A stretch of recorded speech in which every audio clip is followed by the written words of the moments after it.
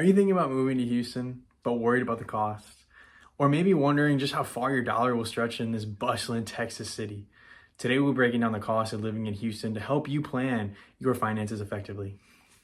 Hi, I'm Zach Serritella with Exp Realty. I'm ready to guide you through the financial landscape of Houston, Texas. Whether you're buying your first home or renting or investing, understanding the cost is crucial to any type of investment in real estate. Second, or debatable, is location, but cost is definitely up there. So if you have any questions, please contact me at 815-404-0805 or Zach Serritella at exprealty.com, or that contact information is below. So one of the first points I want to bring up today is housing. It's kind of what the channel's about, so it's got to be one of the first points. So whether you're in the market to buy or rent, Houston offers a range of options. Currently, the median home price in the inner city starts right around $350,000. I've seen some up to $1 million, especially in like the River Oaks area. Super gorgeous place in downtown Houston.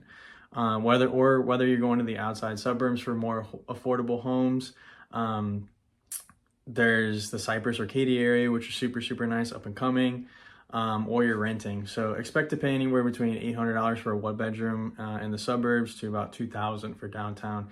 And the Heights would probably be more. I know it's kind of where my age group and more are probably at, is kind of the Heights area for sure. So another key point I want to bring up is utilities. On average, kind of what I gathered is like household spends about $150 per month on utilities.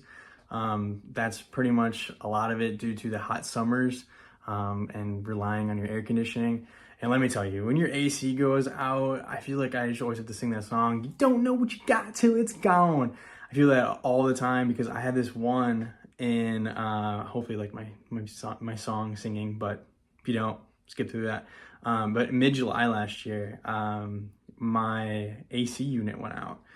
And I'm not kidding. I came home, instantly started sweating. Within a day, it was like, I think 112 is usually how hot it got. And I remember that my house is usually set for around like 69, 70, 71.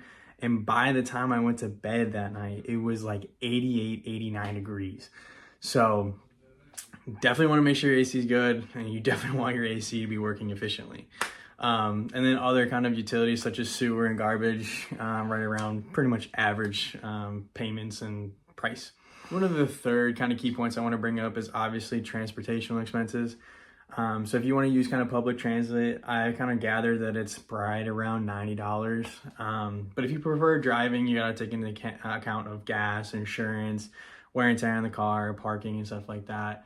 And especially in the downtown areas. But if you count time as an expense, like I've said in previous videos, that it really takes from like Katy to Baytown, for example, probably an hour and a half on a good day. So make sure you got some podcasts or audiobooks. I have some recommendations on those if you want them, or make sure you got an amazing playlist.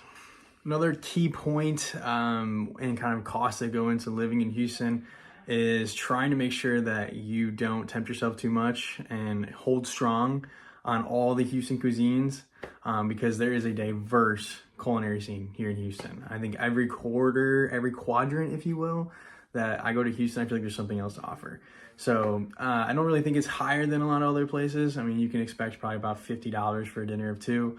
Obviously in certain areas, they're going to be a lot more. So there's a lot of steak places, believe it or not, and which you weren't Texas.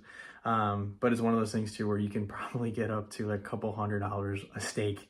I'm talking about this is probably the best steak of your life, but I'm just saying like there's obviously a lot of diversity in different types of food you can go get. Obviously price ranges differ. So one of the last points I want to bring up today is healthcare and insurance. We kind of talked about insurance earlier with car insurance, just because of the higher incident rates here that we have in Texas. Also your kind of wear and tear in the car with hurricanes and salt water and like a lot of rust. But the amount of gas washes out here is obviously live up to that hype, because man, every time I drive past, there's at least 3 car washes on one road. It's ridiculous.